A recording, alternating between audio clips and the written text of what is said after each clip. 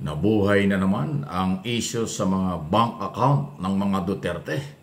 Matapos nga pong humarap nitong si dating senador Sani Duterte, Sani Trillanes, yan po sa Quadcom. At maliban dun sa paghahayag ng mga record na nahirapang idepensa ng mga Duterte, naniniwala ngayon itong si Congresswoman Jinky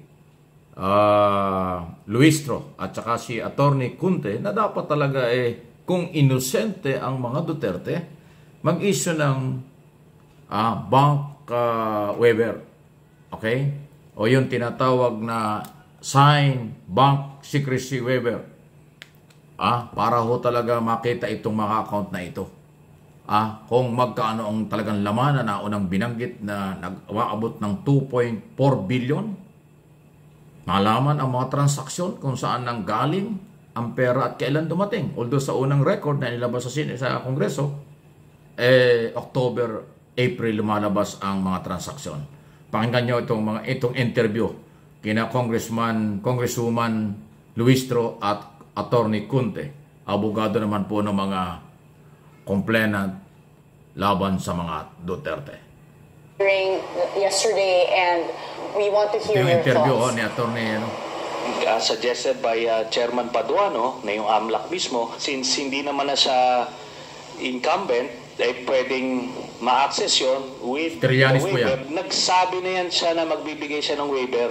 Puro bluff yan. Kaya nga, mas maganda kung ma-draft na po natin yan ngayon para papirmahan niya yan dito. No? Para wala nang alibay. Will the former president be okay that if we draft the waiver now, that it be signed today instead of tomorrow? Anong kapalit, sir? Hindi. Sampalin ko siya sa publiko. Yan o, ulit yan. Wala naman. Ngayon na. Wala pong ganunan. Sasampalin ko sa pulis sa Chairman. Pikong agad Pikong kaagad. So ito yung tinalakay. So what is your take on that? Well, I think one, is it also si Attorney Karen ito nag-interview kay Luistro at saka Conce. Pareho, lahat sila abogado. In a hearing where he is a resource person, Congresswoman Jinky?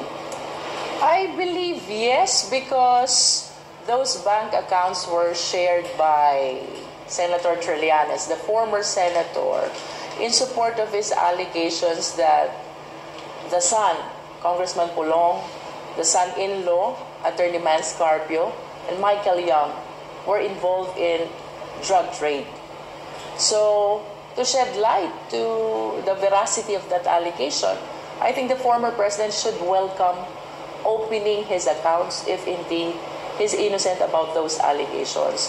Kaya lang, Attorney Karen, initially, ang sabi ng former president, he is very willing to execute a waiver.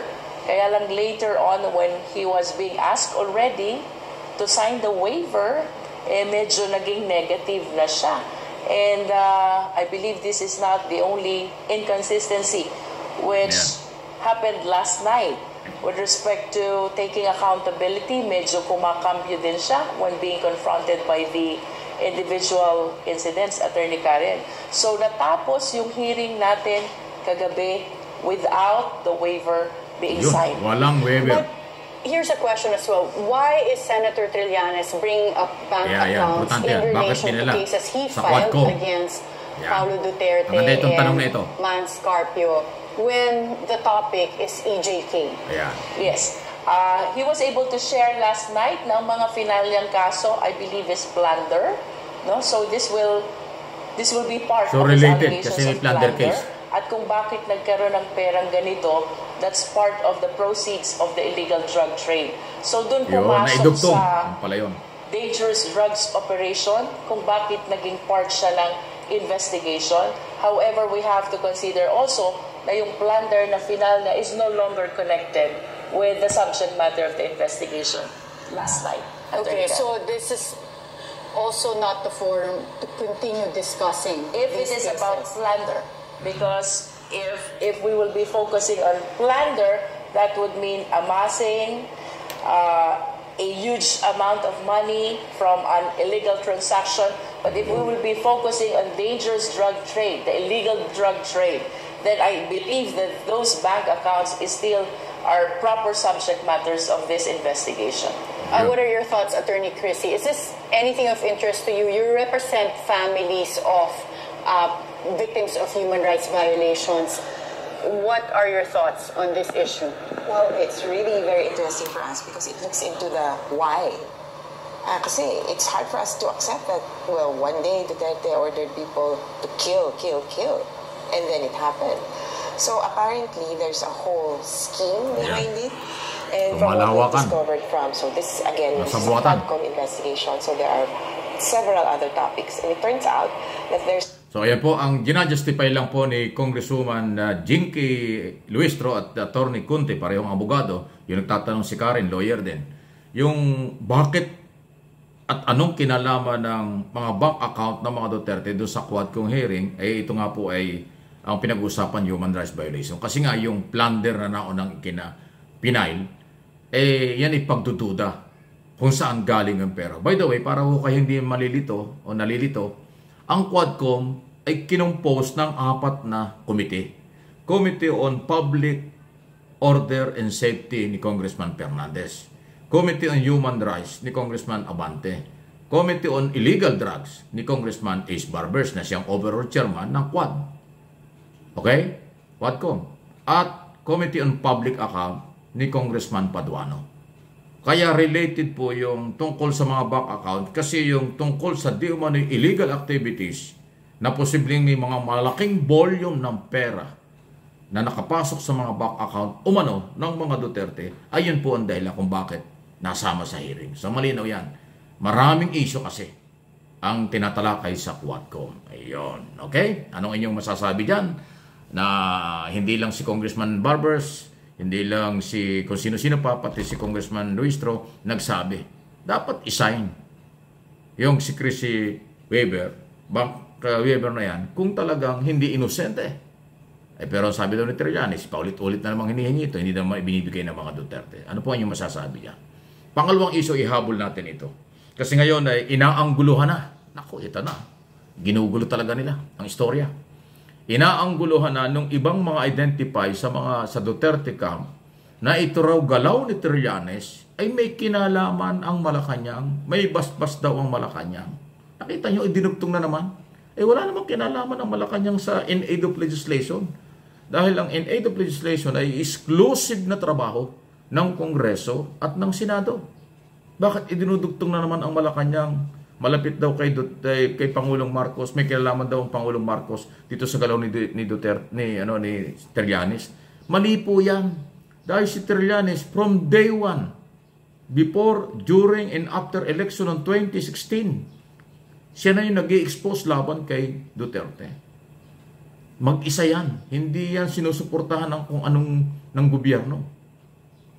Noon pa, mag-isang lumalaban si Trillanes at sinusuportahan lang siya ng mga volunteer lawyer at ng kanyang mga non-government organization. Walang kinalaman ang mga ibang politiko dyan. Di lalo na ngayon. Dahil itinutuloy lang ni Trillanes ang kanyang advocacy laban sa mga Duterte noon hanggang ngayon. Kaya nila idinudugtong na naman si Pangulong Marcos na may kinalaman dito, talagang pinapalabas na pinagtutulungan ang mga Duterte. Hindi ganon. So another panibagong panlilin lang ito ng kanilang mga supporters. Kaya ako binabanggit ito para meron kayong idea na habang hinahanap at patuloy na umaasa na magkaroon ng hustisya, katarungan ang mga naging biktima na nakaraang gobyerno, pinipilit namang iligaw, baguhin ang mga istorya at pagdugtong-dugtungin na may kinalaman ng gobyerno sa nangyayaring ito. Hindi po, wala ho talaga. Yan ay ginagawa lang nila para siraan, para ulit-uliting